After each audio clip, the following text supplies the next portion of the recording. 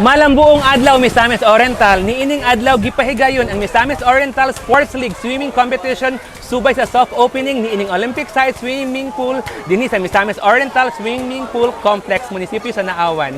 Kini nahimong posible sa pakigtimbayayong sa Panggamhanang Probinsya sa Misamis Oriental, Department of Education-Division of Misamis Oriental ug lokal na kaggamhanan sa Naawan. Uban ko ninyo ug atong lantawan ang highlights niining dakong kalihokan. Today we are starting and I think making history.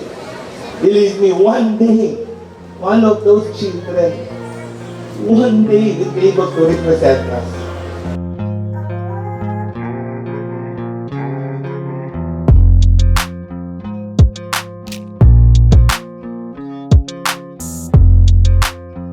Kasi yung talent pool natin sa Misamis Oriental, I'm sure, plus these children up there sa bleachers, sa grandstands, and your current staff of students, we're going to produce champions in this province of Misamis Oriental.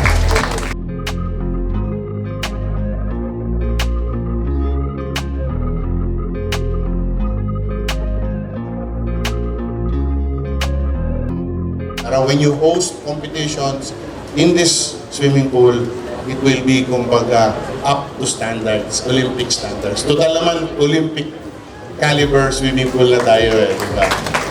So, hindi tayo mapapahiya pag pumunta sila rito, maganda ang laban natin, organized, and according to international expectations as well. Who knows, baka hindi lang palaro, baka international swimming events pa ang i-host natin, diba?